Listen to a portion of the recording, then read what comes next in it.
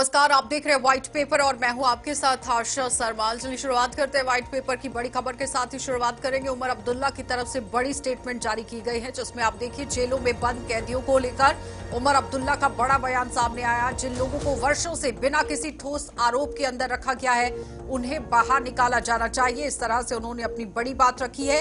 उमर अब्दुल्ला की तरफ से ये बड़ी स्टेटमेंट दी गई कि जिन लोगों को वर्षों से बिना किसी ठोस आरोप के हिरासत में रखा गया है, उनकी रिहाई पर विचार किया जाना चाहिए। मेल मिलाप को बढ़ावा देने के लिए ये एक आवश्यक कदम है और इस तरफ एक कदम आगे बढ़ाने की जरूरत है। उमर अब्दुल्ला की तरफ से ये बड़ी बात। लेकिन फिलहाल फरवरी 2021 में 2019 के बाद जो बड़ा फैसला लिया गया था, उसके बाद एक रिपोर्ट साझा की गई थी, जिस रिपोर्ट में आप देखिए जम्मू कश्मीर की नागरिक संस्थानों की गठबंधन यानी कि मानवाधिकार संगठनों का जो गठबंधन है, वो कह रहा है कि नवंबर 20 को सरकार ने संसद में स्वीकार किया था कि अगस्त 5 तारीख के बाद से ही अब तक यहां 5161 लोगों को गिरफ्तार किया गया, जिनमें से 609 लोग अभी भी गिरफ्तार रखे गए थे। ये 2021 में बात कही गई थी। लेकिन आज उमर अब्दुल्ला की तरफ से जो स्टेटमेंट जारी की गई है, उस पर मंथन करेंगे। लेकिन अब आप देखिए किस तरह से इस पर जानकारी जुटाना और इस पर मंथन करना जरूरी है, क्योंकि संविधान की अनुच्छेद 370 के हटाए जाने के बाद जिस तरह से लोगों को गिरफ्तार किया गया था और बताया यह भी जा रहा था कि इसमें 144 जो है वो किशोर शामिल हैं। अब 2019 में पुलिस ने जम्मू कश्मीर हाई कोर्ट की जो जुवेनाइल जस्टिस कमेटी है, उसके सामने भी रिपोर्ट पेश की थी और उसके अनुसार पुलिस ने यह कहा था कि गिरफ्तार किए गए 144 किशोरों में से 142 को रिहा कर दिया गया है। लेकिन अब आप देखिए उमर अब्दुल्ला की तरफ से एक बड़ी स्टेटमेंट जारी की गई है, जिसमें उन्होंने कहा कि जिन लोगों को वर्षों से बिना किसी ठोस आरोप के हिरासत में रखा गया है, उनकी रिहाई पर विचार किया जाना चाहिए। मेल मिलाप को बढ़ावा देने के लिए ये एक आवश्यक कदम है। तो जाहिर तौर पर मानवाधिकार संगठनों का जो गठबंधन है, उनकी तरफ से ये पूरी जानकारी सामने रखी गई और उसके बाद पुलिस की तरफ से भी ये स्टेटमेंट जारी किया गया 2021 फरवरी 13 को। चलिए अब पैनल की ओर बढ़ जाते हैं और चर्चा करते हैं कि आखिर उमर अब्दुल्ला की तरफ से जो स्टेटमेंट जारी की गई है, उस पर अब आगे काम कैसे किया जाएगा। भारतीय जनता पार्टी से प्रवक्ता है हमारे साथ डॉक्टर अभिजीत सिंह जसरोटिया, बहुत बहुत स्वागत जुड़ने के लिए। अहमद अयाज जो है हमारे साथ, राजनीतिक विश्लेषक हैं, आपका भी बहुत बहुत स्वागत अहमद अयाज जी जुड़ने के लिए। मोहम्मद इमरान काजी हैं, प्रवक्ता है नेशनल कॉन्फ्रेंस से, आपका भी बहुत बहुत स्वागत इमरान जी जुड़ने के लिए। सबसे पहले तो अभिजीत जी मैं आप ही के पास आऊंगी। आज एक बड़ी स्टेटमेंट उमर अब्दुल्ला की तरफ से जारी की गई। देखिए ऐसा है कि सबसे पहली बात ये आती है कि देश जो है वो एक कानून से चलता है और मुझे लगता है जहाँ तक हमारे देश के कानून की बात है, हर एक आम इंसान का, भले नेताओं का या किसी और का इस कानून पे भरोसा हो या ना हो, लेकिन हमारे देश के हर एक आम नागरिक का जो है पूरा भरोसा है इस देश के कानून के ऊपर। तभी आप देख लीजिए आज भी अगर दो इंसान आपस में लड़ाई करते हैं तो वो एक दूसरे को बोलते हैं आई सी यू इन कोर्ट। ये हमारे देश के कानून के ऊपर जो विश्वास है और मुझे लगता है कि देश कानून से ही चलता है और उसी कानून के चलते जो कार्रवाई है वो किया जाते हैं। हाँ, कहीं 1% या 2% का लैकूना हो भी सकता है, मैं ये नहीं कहता, हो सकता है अभी हो भी ऐसा कोई केस, लेकिन बड़े कम ऐसे चांसेस होते हैं। जब भी कभी ऐसा किया जाता है तो उस परिस्थिति को देखकर सब कुछ किया जाता है और जितने लोगों के ऊपर भी आज तक जो कार्रवाई की गई है, इसमें कहीं ना कहीं जब कोई दोषी पाया जाता है तो उसके खिलाफ तो सख्त से सख्त कार्रवाई होनी चाहिए। क्योंकि आप आयशा जी खुद देखिए, मुझे बताएं कि ये जो पूरे का पूरा टेररिस्ट मॉड्यूल जो चलता है, ये मॉड्यूल केवल एक वही नहीं जो बंदूक उठा के आपको मारने के लिए आता है या कोई बम ब्लास्ट करने के लिए आता है। उसके पीछे जो OGW जुड़े होते हैं, उसके पीछे जो षड्यंत्रकारी, जो पाक प्रॉक्सीज यहाँ पर बैठे होते हैं, कितने बड़े नेटवर्क को चला रहे होते हैं। और पूछिए उन बेकसूरों का क्या कसूर है। अगर आपको याद होगा पिछले दिनों एक बेचारी माँ जब वो अपने बच्चों के लिए संडे मार्केट में शॉपिंग करने के लिए, कपड़े लेने के लिए गई थी, बेचारी खुद कफन में लिपट कर वापस आई और उसके 8 साल के बच्चे ने अपनी माँ का जनाजा अपने कांधे पर उठाया हुआ था। ऐसे लोगों को आप क्या जवाब देंगे? इमरान क्या बताएंगे इनके बारे में? जवाब दीजिए। वो कह रहे हैं ऐसे लोगों को क्या जवाब देंगे आप? देखिए आशा जी बिल्कुल सही कहा बीजेपी के प्रवक्ता ने कि ये देश जो है वो कानून के हिसाब से चलेगा। उसी कानून की दुहाई देते हुए आज उमर अब्दुल्ला साहब ने ये स्टेटमेंट दी कि जिनके खिलाफ कोई भी ठोस सबूत नहीं है, जिनके ऊपर कोई सीरियस एलिगेशंस नहीं है, उनको रिहा कर देना चाहिए। इसमें दो चीजें देखने वाली हैं। पहली, जहां पे ये किसी भी शख्स का जो इस वक्त जेल में बंद है, अगर उसके भाई ने, उसके चाचे ने या उसके किसी रिलेटिव ने कोई किसी कॉन्स्पिरेसी में इन्वॉल्व था या OGW था या वो मिलिटेंट था, उसकी सजा उसके बेटे को या उसके भाई को देगी, ये भी कोई कानून नहीं कहता है। दूसरी चीज, हमें अब इस चीज में एक चीज और देखने वाली बात है कि जिस शख्स ने 30 साल पहले अगर वो किसी चीज में इन्वॉल्व है और 30 साल से उसका ट्रैक बिल्कुल बिल्कुल सही है, वो एक नॉर्मल इंसान की तरीके से कानूनी तौर से इस मुल्क में रह रहा है, उसको भी आज वो 30 साल पुरानी चीज के लिए सजा देना ये भी सही नहीं है। इसीलिए उन्होंने गुजारिश की है कि वो लोग जिनके ऊपर सीरियस एलिगेशंस नहीं है और जिनको फ्री ट्रायल का मौका अभी तक नहीं दिया गया है, उन सबको रिहा कर देना चाहिए। इमरान जी, अभिजीत जी जवाब दीजिए। वो कह रहे हैं जिनके खिलाफ सीरियस केसेस नहीं है उन्हें तो रिहा किया जाना चाहिए। देखिए, मैं कोई ये भी नहीं बोलूंगा इन बातों को, ठीक है, अहमद अयाज जी मैं आ रही हूं आपके पास। कहीं कोई अगर ऐसा केस होकर किसी की नज़र में आता, और बिल्कुल मैं इसमें बिल्कुल आपकी बात मानता हूं कि अगर कोई इंसान ने गलत किया उसकी सज़ा उसके बेटे को या उसके भाई को नहीं मिलनी चाहिए ऐसा, और मुझे लगता भी नहीं है कि मेरे देश का कानून है, तालिबान का कानून तो है नहीं, ना ही अंधा कानून है कि अगर किसी ने गलती किया तो उसके बेटे को पकड़ के कोई धर लेगा या भाई को कोई धर लेगा, ऐसा कहीं होता भी नहीं है। लेकिन हाँ, अगर जिस तरह से कोई 20 साल से है या 15 साल से जिसके खिलाफ कोई ठोस सबूत नहीं अभी तक अगर हो पाया है, लेकिन ऐसे केसेस मुझे लगता है कि शायद कोई 0.1% या 0.2% ही ऐसा कोई केस। अहमद अयाज जी, आपने बीजेपी को भी सुना, नेशनल कॉन्फ्रेंस को भी सुना। नेशनल कॉन्फ्रेंस कह रही है कि जिनके खिलाफ केसेस नहीं है उनकी रिहाई पर चिंता करने की जरूरत है, लेकिन बीजेपी कह रही है कि कानून के तहत ही ये सारा काम होगा। अब आपसे ये जानना चाहते हैं कि बीच का रास्ता निकालकर किस तरह से राहत दी जा सकती है और जो आरोपी है उस पर कार्रवाई की जा सकती है।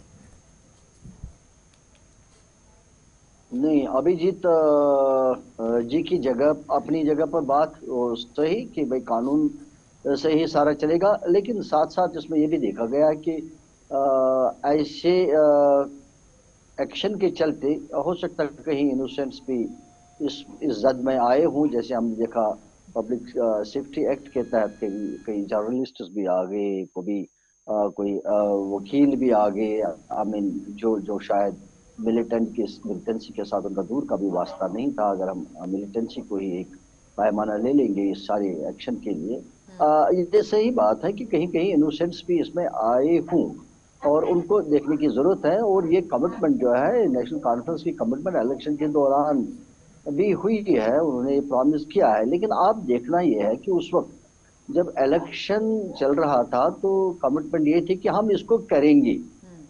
उस वक्त जो नेशनल कॉन्फ्रेंस ने कहा कि हम इसको नजरसानी करेंगे ऐसे केसेस को, और लेकिन अब की बात जो है चीफ मिनिस्टर बन के उमर साहब ये कह रहे हैं कि होना चाहिए। देखो, करेंगे और होना चाहिए में काफी अंतर है, और ये होने चाहिए की बात ये मैं भी कह सकता हूँ एक आम नागरिक की हैसियत से। लेकिन अब जब वो चीफ मिनिस्टर बने हैं तो मुझे नहीं लगता कि उनके लिए ये सही है कि होना चाहिए या करेंगे। ये दो अब सवाल उठ गए हैं इमरान जी, इस पर जवाब लूंगी मैं आपसे, लेकिन रुकेंगे, जवाब दीजिए।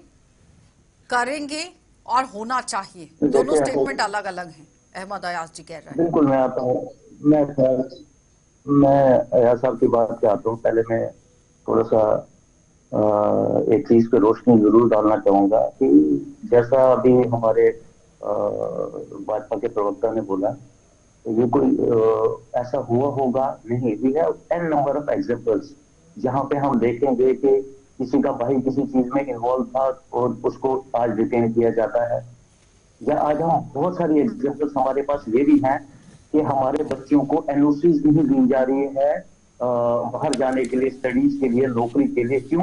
क्योंकि उसका बुआ का बेटा मिलिटेंसी में इन्वॉल्व था। अगर किसी ने गलती की है उसकी वजह से अगर आप बोलेंगे आई विल प्रोवाइड या लिस्ट ऑफ यू कि जिनकी वजह से आप देखेंगे चाचे के लड़के ने गलती की है, उसकी वजह से मेरे को आज बाहर जाने की परमिशन नहीं मिली। सेकेंडली, जैसे अयाज साहब ने बोला कि होना चाहिए था या करना चाहिए था, कि उमर साहब की बिफोर इलेक्शन और आफ्टर इलेक्शन की स्टेटमेंट है। अयाज साहब जैसे उनके पास लॉ एंड ऑर्डर और इन सब चीजों की पावर्स आएंगी तो इंशाल्लाह वो खुद ये सब करेंगे। अभी उनके पास नहीं है तो जिनके पास है उनसे ही गुजारिश कर सकते हैं। वो कह रहे हैं उनके पास पावर्स नहीं है। वही है ना, उनके पास पावर रही है, लेकिन जहां तक हमें याद है कि उन्होंने एक क्लियर कमिटमेंट करी है कि इन चीजों को हम कर देंगे। हाँ, 370 के बारे में उन्होंने कहा कि हम जद्दोजहद करेंगे, लेकिन एक उनकी तरफ से एक एजेंडा आ गया, एक मैनिफेस्टो आ गया, रिटर्न में आ गया कि भाई इन चीजों की नजरसानी हम करेंगे। तो देयर ही डिड नॉट से कि भाई हम प्लीड करेंगे, जैसे आज प्लीड कर रहे हैं, इज प्लीडिंग बिफोर समवन कि भाई ऐसा किया जाना चाहिए।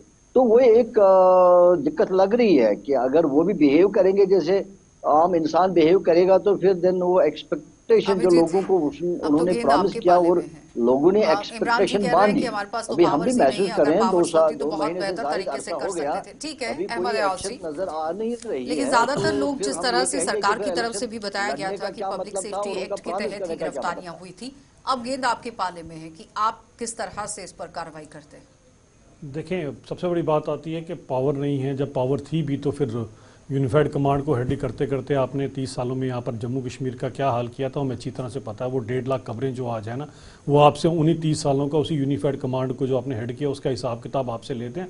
आप देते नहीं है तो दूसरी बात है। लेकिन जहाँ तक आपकी ये वाली बात आती है, देखें वैसा तो ऐसा केस कोई होना नहीं चाहिए, क्योंकि आपका जो जॉब है, पर्टिकुलरली अगर कोई कॉप है, समबडी सर्विंग और कोई लॉ के साथ डील कर रहा है, अगर ऐसी किसी ने कार्रवाई की है कि किसी को पकड़ा गया, उसके भाई ने कुछ गलती की है, चाचा के लड़के ने गलती की है, उसको पकड़ के अंदर धर दिया, तो ऐसा तो होता नहीं है।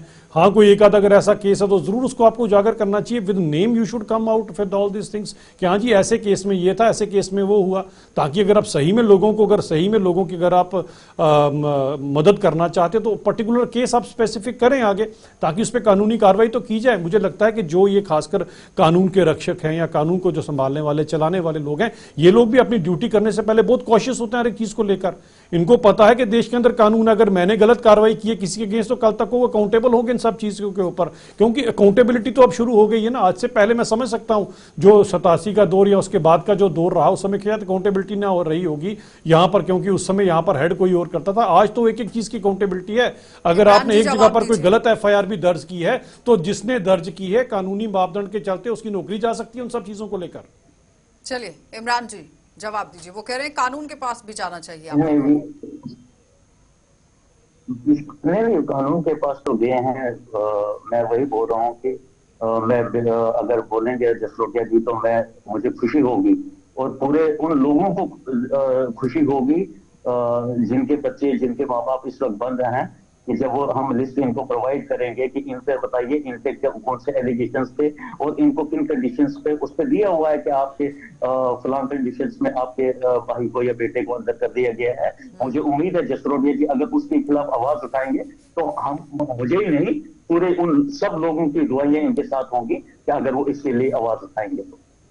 जवाब दीजिए। देखें, जहाँ तक अगर आप मेरे बारे में जानते हैं तो मैं बताना चाहता हूँ कि सत्य के साथ के लिए हम हमेशा खड़े हैं, लेकिन बड़ी बात ये होनी चाहिए कि होना वो सबसे पहले कौन चाहिए जिसमें सही में, जिसके मन के अंदर, जिसके दिल के अंदर हिंदुस्तान धड़कता हो और उसको लगता हो कि मैंने देश के खिलाफ। मैंने अब सुन लीजिए ना पूरी बात। देखिए काजी साहब, मैंने सुना ना, अब आप सुनिए ना, मैं व्योट निकाल रहा हूँ, मैं काजी साहब व्योट निकाल रहा हूँ। देखिए अगर मैं कहता हूँ कोई हो सकता है वो 1% 2% का लकूना कहीं हो सकता है, इसका मतलब डेलिबरेटली किसी ने फंसाने की कोशिश की है। अगर किसी ने ऐसा किया हुआ तो हिंदुस्तान का कानून है जनाब, उसके खिलाफ आप भी लड़ाई लड़े, हम भी लड़ेंगे। मैं आपके साथ खड़ा हूं, बताओ अहमद अयाज जी, कैसे आना है, हम आपके साथ खड़े। कानून के पास जाने की बात हो रही है कि अगर सही है दूध का दूध पानी का पानी हो जाएगा, कानून के पास जाइए। वो ठीक है, कानून के पास तो ही है ये सारा मामला, लेकिन एक चीज है कि जहां हमने ये देखा है कि जो सिक्योरिटी के लिहाज से जो भी कानून बनाए गए, अफसा हो या पीएसए हो, बहुत सारे लोग इसमें ऐसे भी धर लिए गए कि जिनको पीएसए के तहत बहुत बार इनोसेंट भी करार दिया गया है। मोस्टली हम कोर्ट के थ्रू जो जजमेंट्स देख रहे हैं अभी, मोस्टली इनोसेंट डिक्लेयर किए जा रहे हैं। लेकिन इसमें यह है कि एक बहुत अरसे से चला आ रहा है ये मसला, जो लोग बहुत अरसे से बंद पड़े हुए हैं। देखना यह है कि जो कल को इनोसेंट डिक्लेयर किया जाता है, जो एक उसका जो एक जवानी, उसकी जिंदगी जेलों में गुजरती है बेगुनाही के आलम में, तो उसका हशर क्या होगा और उसका वो भरपाई कौन करेगा। आई मीन मुझे लगता है कि उसको सबसे पहले इस चीज को तुरंत और प्रायोरिटी पर देखने की जरूरत है कि अगर कोई इनोसेंटली पकड़ा कल को साबित होता है, द अथॉरिटीज, द एजेंसीज जिन्होंने भी उसको अरेस्ट किया हो, तो they should be held accountable. नहीं तो मुझे बताइए, अगर 20 साल के बाद, 25 साल के बाद कोई इनोसेंट प्रूव हो जाता है तो उसका जो कैरियर 25 साल का गया, उसकी जो जवानी जिंदगी गई, वो कहाँ जाएगी? क्या जस्ट बिकॉज ठीक है। आपके पे कानून ठीक है किसी के अहमद हाथ में है अयाज तो जी, उसको रुकेंगे किसी भी एक तरीके देखिए, दो चीज़ें हैं। सबसे पहली बात ये आती है, मैं उससे पहले का तो मैं आपको नहीं बोलता, लेकिन 5 अगस्त 2019 के बाद, खासकर जब यहाँ पर 370 से जब हमें निजात मिली है, उसके बाद ये पर्टिकुलरली अगर यहाँ पर आप सिस्टम देखें, पहले तो ये सब चीज़ें जो की जाती थी कहीं ना कहीं 370 की आड़ में की जाती थी, क्योंकि यूनिफाइड कमांड को यहाँ कोई ओवरराइड करता था। अब उसके चलते 20-30 सालों में क्या हुआ, आप खुद सोचिए, कानून का किस तरह से एक मजाक उड़ाया गया और खिलवाड़ किया गया कानून के साथ, कि जो सबसे बड़े गुनाहगार थे कानून के, और सबसे बड़े गुनाहगार थे हमारे कश्मीरी हिंदुओं के, बीटा कराटे, यासीन मलिक, शबीर शाह जैसे लोग, किसी को नेल्सन मंडेला की उपाधि दी गई, किसी को गांधी की उपाधि दी गई। इनको 20-20, 25-25 साल इसी कानून के साथ खेलते हुए अपनी कुर्सियों के पीछे किसने छुपा कर रखा? कितने सारे मुख्यमंत्री थे जिन्होंने अपनी कुर्सियों से संरक्षण दिया। और कई यहाँ पर देखिए, इंडी गठबंधन वाले और जो कांग्रेस वाले बोलते हैं, इनमें से कई उठ के तो उनके प्रधानमंत्रियों के साथ नाश्ते चाय भी किया करते थे। लेकिन जब देश यहाँ पर पर्टिकुलरली पूरी तरह से 2019 के बाद जब पूरी तरह से कानून का राज हुआ, आज वो आपको कहां नजर आएंगे? तो मुझे लगता है कि काफी कुछ हुआ है यहाँ पर पिछले इतने सालों में, और हमें इस चीज को कबूल करना चाहिए कि ये कानून के साथ जो फेर बदल या उसके साथ आपने खिलवाड़ कर कर जो आज तक लोगों को संरक्षण मिलता रहा, उसके कारण ही यहां पर सब कुछ खराब हुआ। लेकिन फिर मैं अपनी स्टेटमेंट को यहीं पर आके खत्म करता हूं कि अगर कोई 1% का केस भी अगर कोई ऐसा है तो जरूर नोटिस में लाना चाहिए। इमरान जी की ड्यूटी भी बनती है, अहमद साहब की ड्यूटी बनती है, मेरी भी ड्यूटी बनती है। अगर कोई एक परिवार भी ऐसा है जिसके साथ ऐसी नाइंसाफी हुई है, we will together work on it. पर मुझे लगता है कि इस देश के कानून पे आज भी सबको भरोसा है और होना भी चाहिए। इमरान जी, देखिए, कानून के उनके माँ बाप तो पिछले कई सालों से कोर्ट के चक्कर और जेलों के चक्कर लगा रहे हैं।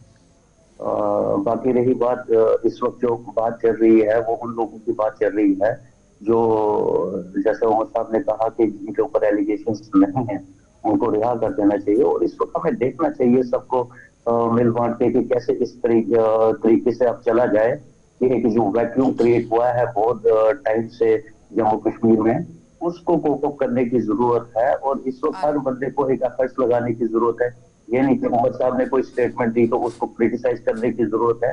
अगर ये जो यहाँ पे वैक्यूम क्रिएट हुआ है, ये तभी होगा जब हम हर इंसान, जम्मू कश्मीर के हर इंसान को कॉन्फिडेंस में लेंगे, तभी जाके यहाँ पे क्रिएट हुआ था उस पर काम करने की देखें, जरूरत है। सबसे बड़ी बात ये आती है कि आपका बात में मान गया इन सब चीज़ों के लिए 1% का लेकूना उसके ऊपर हम लोग जरूर, लेकिन क्या आपको नहीं लगता कि वो जो एयरफोर्स के ऑफिसर्स थे जिनकी निर्मम हत्या जब की गई थी, उसके बाद वो इंसान कहाँ तक घूमता रहा? उसके बाद आप खुद बताइए कि बीटा कराटे अपने मुंह से कबूल करता है, सबके सामने बोलता है। और आपको पता है जिस जज के पास ये केस गए, वो जज साहब बोल रहे थे कि ये केस मेरे आगे प्रेजेंट ही ऐसा किया गया था कि इसके ऊपर कैसे कार्रवाई हो।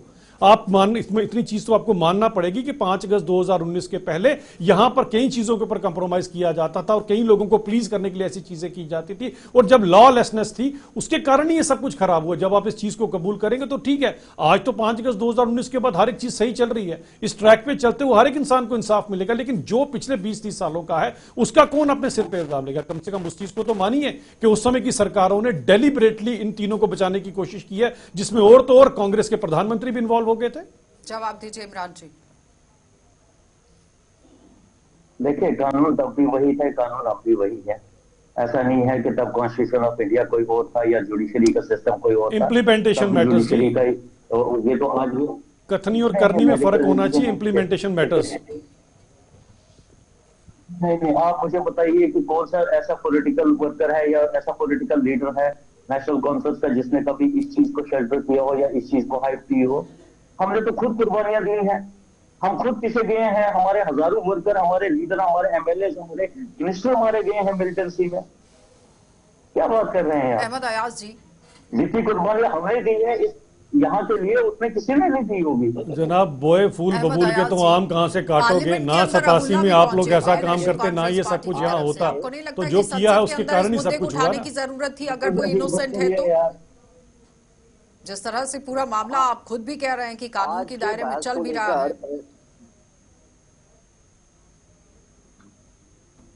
आज के बहस को लेकर एक बात जरूरी है, जो मानने वाली बात है कि इन कानून को रिव्यू करने की जरूरत है और ऐसे केसेस जो इनोसेंट पाए जाएंगे या जो बहुत वक्त से ट्रायल के बगैर है, लोग इनोसेंटली अरेस्ट किए गए हैं, उनको तुरंत देखने की बात है, दैट इज ट्रू। जहां तक फारूक उमर साहब का ताल्लुक है, उनके बयान का ताल्लुक है, लेकिन बात यही रहती है कि उमर साहब का बयान जो है वो क्या बयान ही है as chief minister.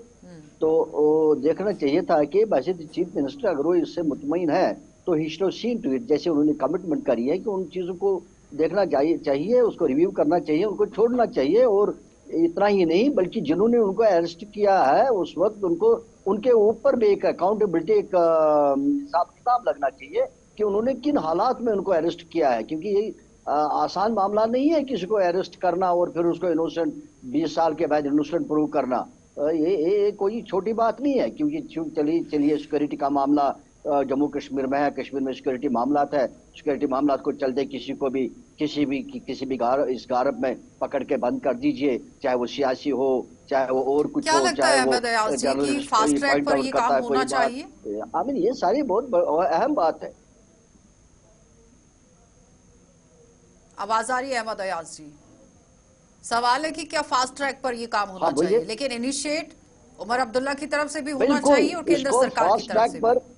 Absolute fast track पर चलना चाहिए। जो कोर्ट केसेस कोर्ट में है, फास्ट ट्रैक पर चलना चाहिए। उनके अलावा एडमिनिस्ट्रेटिवली ये देखना चाहिए कि कानून को रिव्यू करने की बात है, कानून को तरमीम करने की बात है, रूल्स को चेंज करने की बात है, कि कोई किसी के हाथ में ऐसा कोई कानून ना हो कि वो ऐसे बेताशा इस्तेमाल करके, जैसे हमने देखा है कि 20-20 साल 10-10 साल के बाद लोग इनोसेंट प्रूव हो गए और वो बेचारे दर-बदर हो गए, उनका कैरियर खराब हो गया। अगर इनोसेंट है देख रहे हैं तो बचना चाहिए, अगर नहीं है तो फिर कार्रवाई होनी चाहिए। दो ही बातें पड़े हैं जेलों में, उनकी ट्रायल नहीं हो रही है, उनकी केसेस बहुत दिनों से जल्दी हेयर से नहीं हो जवाब रहे दीजिएगा हैं, इमरान जी। 7-7 एक महीनों छोटा के सा बाद कमेंट हेयरिंग हो रही रखिए। है जर्नलिस्ट की, वो बंद पड़े हैं जेलों में। इमरान जी कम शब्दों देखिए में जल्दी से।